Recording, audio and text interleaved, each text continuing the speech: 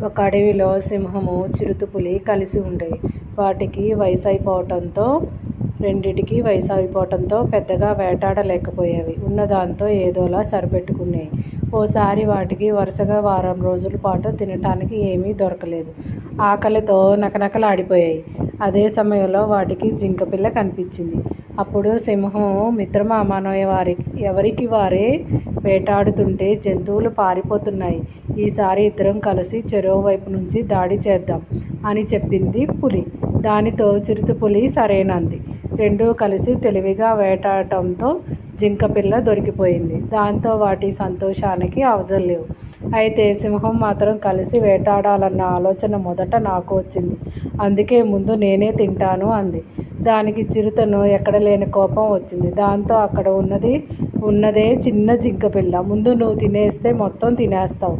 అందుకే నేను ముందు తింటాను అంది చిరుతపులి. సింహం ఒప్పుకోలేదు. మాట పెరిగింది. అసలు నీకు వాటానే ఇవ్వను, మొత్తం నేనే తింటా పో అంది ఉరుముతూ చిరుత. ఈ గొడవంతా చెట్టు చాటు నుండి ఓ నక్క గమనించింది.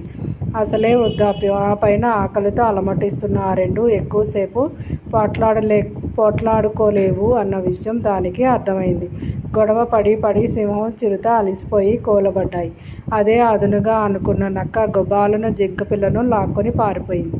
అయ్యో అని కలిసి పంచుకోకుండా గొడవపడి ఆహారాన్ని పోగొట్టుకున్నామని బాధపడుతూ చిరుతపులులు రెండూ విచారిస్తూ బాధపడ్డాయి. Subscribe please friends.